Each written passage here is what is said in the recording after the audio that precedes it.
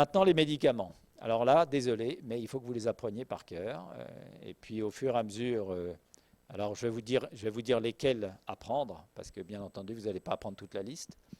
Mais parce qu'il faut que tout d'un coup, vous fassiez tilt. Alors, déjà, ceux-là, vous les connaissez bien. Verapamil, diltiazem. Et je vous ai écrit pas les dihydropyridines. Encore une fois, sélectivité vasculaire versus sélectivité myocardique. Bon, on verra après les subtilités. Après, tous les bêta-bloquants. Bon, vous connaissez déjà, propranolol, athénolol. Je vous ai un peu parlé du céliprolol, on va revoir. Et de toute façon, tous les bêta-bloquants se terminent par olol. Vous êtes à la génération des génériques, vous regardez la dénomination commune internationale, olol égale bêta-bloquant. Dipine égale dihydropyridine. Donc c'est quand même, voilà, avec un peu d'entraînement. Et puis, je vous ai remis le propranolol ici parce que c'est le bêta-1, bêta-2 bloquant non sélectif de référence, le plus anciennement trouvé. Acébutolol et athénolol parce qu'ils sont très souvent prescrits. Et puis c'est tout. Vous vous arrêtez là, retenez vos bêta-bloquants. Ensuite, on passe à la classe 1. Et là, vous avez au moins 3 médicaments à apprendre. Un, la flécaïnide, qui s'appelle flécaïne. Flécaïnide, et vous allez voir, vous allez passer dans les services de cardio ou de gériatrie ou de médecine interne, et vous verrez souvent prescrit ce médicament, flécaïne. Flécaïnide, dénomination commune internationale. Ensuite, vous allez voir aussi la quinidine.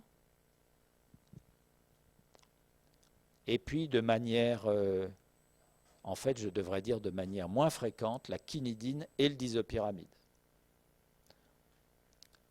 Disopyramide qui s'appelle aussi le rythmodent. Mais peu importe.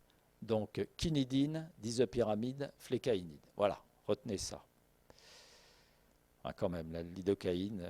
La lidocaïne, c'est la xylocaïne. Xylocaïne qui est un anesthésiste local. La xylocaïne anesthésique locale marche comment? Eh bien, justement, en bloquant la dépolarisation des petites fibres nerveuses. Voilà, vous en avez 4 à apprendre là. OK? Et puis, on va voir la suite. Et ensuite, donc ça, c'est en fait, tout de suite, c'est des noms qui, pour vous, allument le petit signal, danger, patient à risque, parce que antiarythmique de classe 1, donc risque relativement élevé, et complications plus fréquentes. Et puis tout le dernier, vous allez retenir 2 médicaments seulement, l'amiodarone, qui s'appelle la cordarone, et un bêta-bloquant. Vous voyez qu'il n'est pas seulement avec sa classe, il est aussi avec celle-là, qui est le sotalol. Sotalol ou Sotalex. Voilà. Pourquoi? Parce que, par rapport aux autres bêta-bloquants, il a en plus la propriété d'allonger la durée du potentiel d'action. Voilà, ne retenez que ces 2 médicaments-là. En fait, j'aurais dû vous les souligner. On se résume. Les 4 premiers, flécaïnide, quinidine, disopyramide, lidocaïne. Si vous avez un appétit formidable pour la pharmacologie, allez regarder dans quantité de livres et de sites pour voir les caractéristiques de chacun. Mais je pense qu'en P2, c'est vraiment pas la peine. Il faut juste que vous ayez entendu parler de ces médicaments-là. Les bêta-bloquants, c'est confère. Les antagonistes calciques, c'est confère le cours. Et là, 2 nouveaux médicaments dont vous n'avez probablement jamais entendu parler, amiodarone ou cordarone, très prescrit comme antiarythmique, mais avec des effets indésirables dont on vous reparlera, et le sotalol. OK?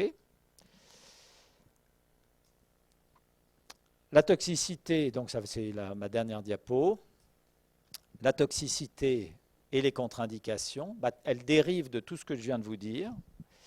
Les bloqueurs du canal sodique rapide sont formellement contre-indiqués après un infarctus du myocarde ou chez l'insuffisant cardiaque, parce que ce sont des inotropes négatifs. Ils ont une utilisation dangereuse chez les patients qui ont une insuffisance coronaire. Alors tout de suite, vous vous dites insuffisance coronaire égale ischémie myocardique dans certaines régions égale mécanisme favorisant soit les réentrées, soit les automatismes anormaux. Et puis, et donc, ils peuvent augmenter la sévérité des arythmies traitées. Les bêta-bloquants, on va le voir dans un instant, ils sont contre-indiqués chez les patients qui ont un risque de bronchospasme, parce que ce sont des bêta-2 bloquants parfois, mais vous avez parfois des bêta-1 sélectifs, bêta-2 agonistes ou non bêta-2 bloquants. Et puis, ce qu'on a vu dans le D, l'association à d'autres médicaments bradycardisants est délicate car susceptible d'entraîner des bradycardies symptomatiques. C'était l'exemple de ce monsieur qui, sous athénolol et verapamil, faisait des petites lipothymies. Classe 3, ceux qui allongent la durée du potentiel d'action. Le risque est vraiment rare, mais potentiellement mortel de la torsade de pointe. Vous pouvez être fier, hein, dans le langage international anglais, c'est le seul mot que tous les cardiologues anglo-saxons prononcent en français. On vous a dit, c'est torsade de pointe. Voilà, ils sont très fiers et c'est notre mot français qui a traversé l'Atlantique et envahi le monde anglo-saxon. C'est pas souvent. Alors évidemment, quand vous donnez de l'amiodarone, vous avez un moindre risque que si vous donnez d'autres types de médicaments de classe 3.